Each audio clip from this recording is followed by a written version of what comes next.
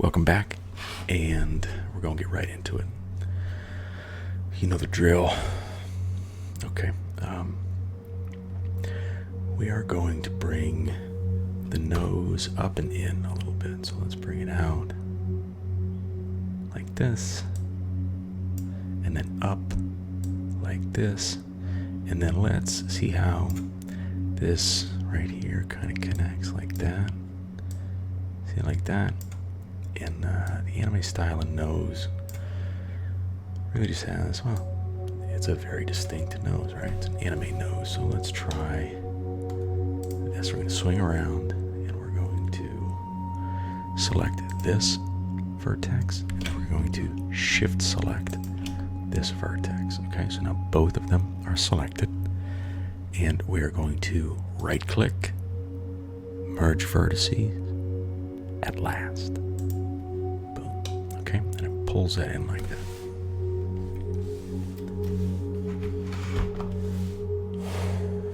Okay, and now what do we do with it? We're going to bring this out to meet it. We're going to give the nose some shape. Now, there are a lot of tutorials that build the nose out, and they just use so many vertices, and there's no real geometry to it. If you've noticed, everything we've done so far has been with minimal geometry, and the geometry is thought out, right? As opposed to just, if we were just vertex modeling this, we could put vertices anywhere and build shapes and from those vertices, but there'd be no proper alignment, and that doesn't mean much now, but it will later on. Like when it comes time to rig and move these things or put them in space, if there's no proper geometry, if the geometry is improper, unproper, aproper, you're gonna get just weird things can happen with your model, right? It's like you can walk and then one vertex just shoots out of your foot, at like it makes stuff look glitchy. Okay, that's probably the easiest way to say it, but it also gives you an opportunity to really kind of pay mind to the geometry of your model, and you want it to be as symmetrical, as minimal, and as clean as possible. Okay, we're gonna model this a little bit. Like I'm fine with that nose right there. I don't mind that at all. Okay, and now what we have here are 4 vertices. Do you see these? So we're gonna shift select all 4 of these. 1, shift, click, click, click. Okay, 1, 2, 3, 4. We have 4 vertices selected. We're gonna hit the F. Oh, let me make sure my screencast keys are on, and then we're gonna hit F. Okay, and that fills it in. That puts a face in between those vertices, and that tool is your friend. Okay, that's going to come in handy more than once. You're going to use that often on your journey. Okay, so let's line this up in front view. Pull this out a little bit. Let me see this in. How's that? She might be a little low, to be honest with you. That's there. Let me up. Pull it in. I'm okay with it.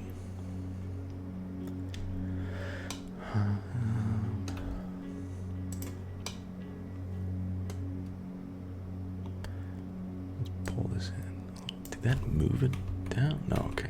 All right.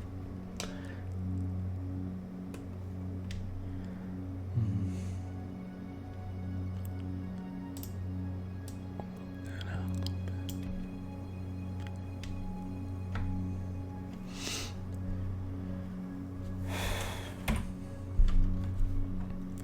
Okay, let's move this down a little bit. Like that. Let me pull that out. Okay. So these lines, right? It's kind of one line right there. If it's too high, it can look a little jagged. If it's too low, it can look a little jagged as well. Remember, like this is a line. We have a line here it's not that straight. That's fine. Here it's kind of straight, kind of straight, kind of straight. Yeah, maybe here we pull this up a little bit. Okay.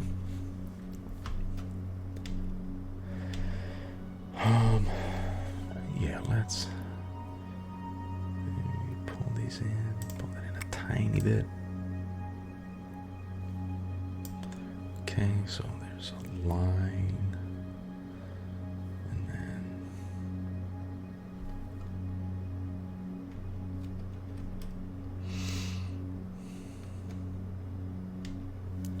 okay, let's build the eye. Okay. So I'm going to shift middle click and kind of bring my model to center. And remember that. So if I just hit the middle mouse button, I can move my model in the space. Okay, my model is the axis around which the camera turns. Okay, but I'm going to go back to numpad 1. If I click shift and middle mouse button again, now I can kind of drag my canvas anywhere I need it to be, and the camera doesn't move this time. So one moves the camera, and then the other moves what the camera is looking at. So we're going to build out the eye in wireframe mode. Okay, so you can come up here to your viewport shadings properties and click wireframe, or you could use the shortcut hotkey. Shortcuts are hotkeys, right? A shortcut is a hotkey. A hotkey is a shortcut. So you can either click up here wireframe, or you can just hit Z, and you get the option to just go wireframe. So that was 4. So again, if you hit Z, you can either hold over and click. That saves some time. I mean, milliseconds, but they add up pieces of seconds, right? Or you can just hit Z and then 4. Okay, so Z4 is just another way to get to the wireframe mode, and we are in. We have vertex selected. We're going to select the eye vertex. We're going to hit X to get rid of it. Delete and delete vertices. Boom. Now there's a hole where our eye used to be, and you can see that hole right there. You see we've created a hole, and we're going to build out the structure of this eye. Okay, numpad 1, and we're in front mode. We're in front mode, like meow. Okay, let's bring this eyebrow in, pull it up. Bring this eyebrow, the brow line. We're taking care of the brow line. Okay, we're going to bring this over here. Bring this up a little bit.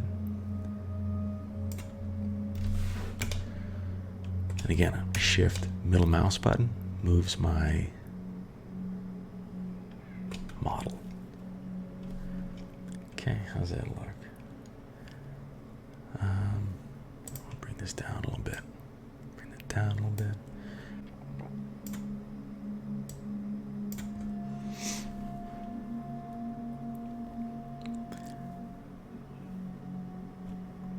Okay, now let's select all of them. Ooh.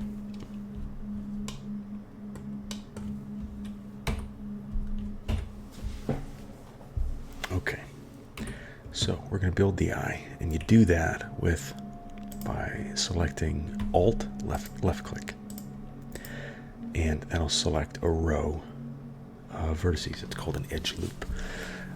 If that doesn't work for you, if the shortcut, if the hotkeys don't work for you by hitting Alt LMB, left mouse button, or Shift Alt LMB, then you probably have something in Blender that's blocking that hotkey. Okay, because sometimes certain settings take precedence, take precedent over other hotkeys. So if that's the case, if you cannot select this whole edge loop, then you probably have the emulate 3D mouse button selected. Okay, so you got to deselect that by going Edit, Preferences, input right here, and then see how this is checked, emulate 3-button mouse. You're going to want to unselect that. Now, if you're on a desktop using a mouse that is 3 buttons, this might just be selected by default, okay? You might not even need it. If you have a 3-button mouse, that's great. If you don't, then you are probably on a laptop, and you definitely should get yourself a 3D mouse, a 3-button mouse. It's just kind of vital for 3D modeling, just for 3D anything really. A 3-button mouse just makes your life easier. So if you're on a laptop, just have a goal be to get one of those. I mean, someone's probably giving them away for free on Craigslist somewhere. You can find it in a, somebody's just getting rid of computer parts. You can find a 3-button mouse for free or super cheap online. And if you're cool with secondhand, then even cheaper. Look, I get it, man. It's tough to be a student anywhere. Books are crazy expensive. Supplies are insanely expensive. Books are, what's nuts about books now is that they're $80-90 for an online book. So the publisher doesn't even need to print anything. They just get the same amount. That is my own problem with the current state of higher education, and I think it's a crime and hurts is disadvantageous to students. So I'll get off my high horse because the administration is going to be up my case again like a bunch of bitches. And okay, so if you have emulate 3-button mouse selected, unselect that. Then we're going to go back, and now we're in here. And now what happens when you click Alt Select is you get, this is called an edge loop. It selects all of them, okay? So before, you can shift click, it just takes a lot of time. How much time is this taking? And I missed this one, I gotta go back. Okay, did I hit this one or this one? Right, it's prone to error. Shift selecting a lot of loop, shift selecting an edge loop, it takes an unnecessary amount of time, okay? So Alt select is just faster. So we're gonna hit Alt. Oh, that can happen too. So this is serendipitous, right? So I didn't select, this is not what I wanted selected, but Blender doesn't know that. So sometimes it, like electricity, it travels along the path of least resistance. So it selected all of these, and that's fine. If you click it again, it just knows that you're not talking about this path, so it automatically selects the other path. Okay, that's just kind of Blender being cool and intuitive. So we have this edge loop selected. And now we're going to build out the eye. Okay, so we're going to extrude using the E key. E for extrude. E, extrude, extrude, E. Hotkey, E for extrude. We're going to hit E. We're not going to do anything. We're just going to hit enter. And that kind of locks our extrusion without messing with it. So now we can scale the extrusion with the S key, and then just move our mouse in or out to make little tiny little eyes or giant crazy alien lizard eyes, either one. Okay, the world is our oyster. We can make it look however we need it to look. Okay, so we're going to bring it in probably here. What do we want? Do we want that? Hang on, what? Okay, there we go. Just freaked me the hell out, man. I thought we were... Okay. Numpad 1 gets us to front and center. Let's build out our eye. Okay? So, and if you watch a lot of tutorials, they kind of start here. They start with, an empty. You kind of start with an edge loop, and you build out from the single edge loop to get the face that we just made. Same, you're starting at one and you're ending at the other. It's essentially the same process, just in a different order. Okay, and now we're really just going to get our. Now it's just comes down to vertex alignment. Where do you want your vertices? And look, this is there's a lot of personal preference involved here. You might like something if you want your eyes to be a little bit bigger, if you want your eyes to be a little bit smaller, wider, fatter, thinner. You can do a lot with the eyes. The eyes tell the story, right? I mean, you can look at eyes and know if someone is angry or happy or sad, right? The eyes are the gateway to the soul, okay? Which is really just, well, it's true for starters. I mean, there's a reason the best poker players in the world at the World Series of Poker, there's a reason they all wear sunglasses, because they don't want you to see their eyes. It's because the eyes can't lie. The eyes are incapable of lying. There's an old improv mantra of feel, show, tell, and it's kind of the order in which humans experience emotion. It's the order all animals, anything that can feel an emotion, this is the order that they feel it. You feel it first, and then you show it to the world, and then you tell. This is why most lies are verbal, but you can't lie with your face because you're showing it.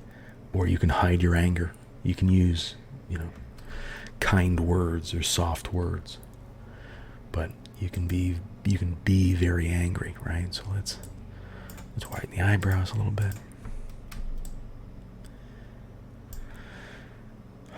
Bring this.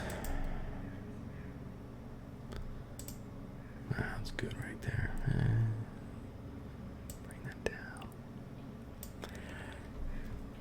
And again, I cannot stress this enough, that I am pulling this, that I am emulating the Ni Kuang method, right? I am emulating the template.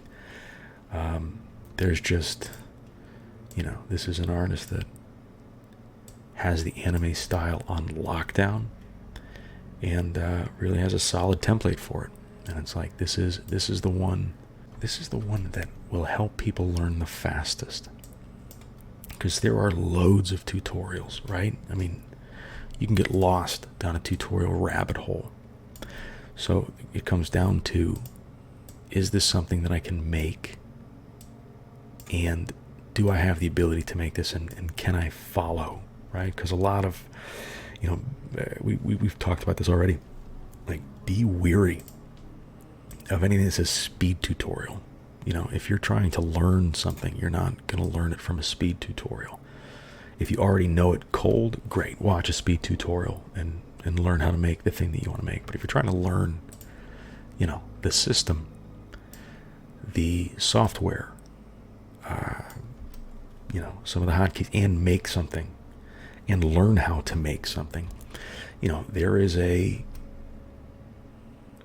there are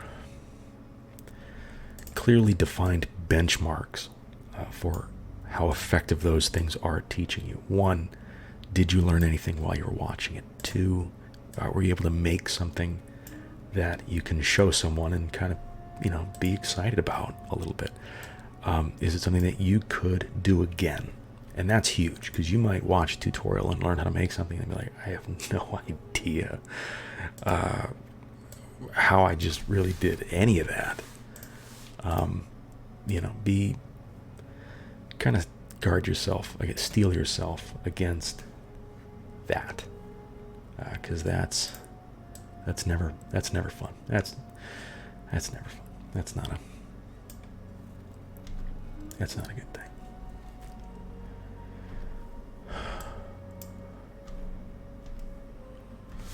I'm going to rotate these two simultaneously with R, and then I'm going to turn that. And that rotates them a tiny little bit. And then I'm going to move them towards the bridge of the nose, kind of create that bridge.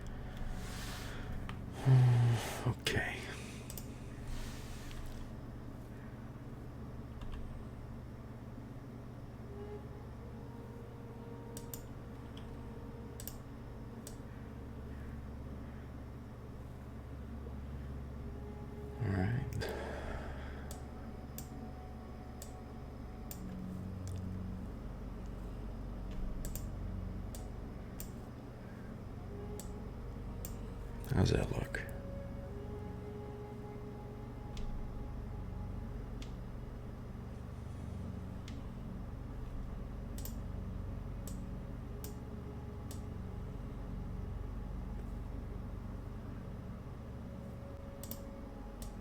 Okay, let's see how that looks. Not bad.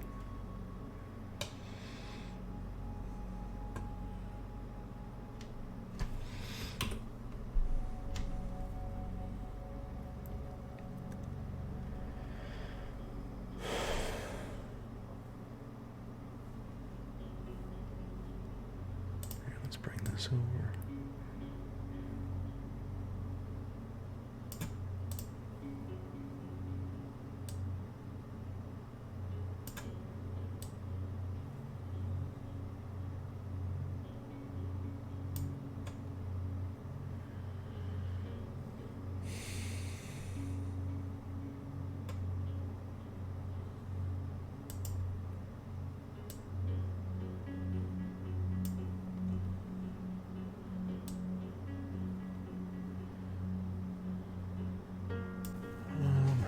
Okay. What is that? About 20 minutes. Okay. A stop, get up, and a stretch, and a bend, and then we'll come back out. And then the next one, we'll build out the eye.